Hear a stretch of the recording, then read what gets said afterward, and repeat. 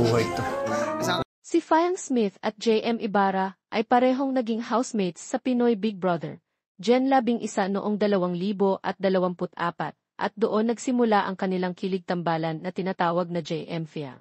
Si Sophia Fiang Smith ay ipinanganak noong Mayo 14 2006 sa Mandaluyong City. Bago sumali sa FIHI, naging kilala siya sa TikTok at Instagram dahil sa kanyang lifestyle at fashion content. Noong 2024, pumasok siya sa Pinoy Big Brother, Gen 11 at tinanghal na big winner matapos ang 84 na araw sa bahay ni Kuya. Bilang premyo, nakatanggap siya ng 1 milyon at isang bahay at lupa mula sa Vistaland. Si John Mark Daniel JM Ibarra ay ipinanganak noong Agosto 16 2000 sa Mauban, Quezon. Isang aviation student at aspiring actor, pumasok siya sa FIHI bilang pugin siya ng pilotob ng Quezon. Nang matapos ang season, siya ay na-evict sa D72 at nagtapos bilang 5 GE placer. Bilang bahagi ng kanyang premyo, nanalo siya ng 100,000 at isang trip sa Boracay. Habang nasa loob ng bahay ni Kuya, naging malapit sina Fiang at JM. Isang halimbawa ay noong ipinagdiwang ni Fiang ang kaarawan ni JM sa pamamagitan ng isang simpleng dinner at video greeting mula sa kanyang ina bilang bahagi ng kanilang task. Ang kanilang closeness at chemistry ay napansin ng mga fans, kaya tinawag silang JM Fiang.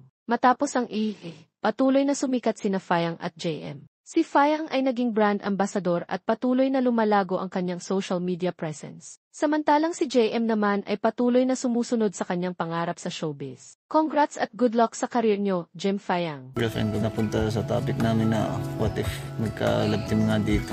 Imposible daw. Kasi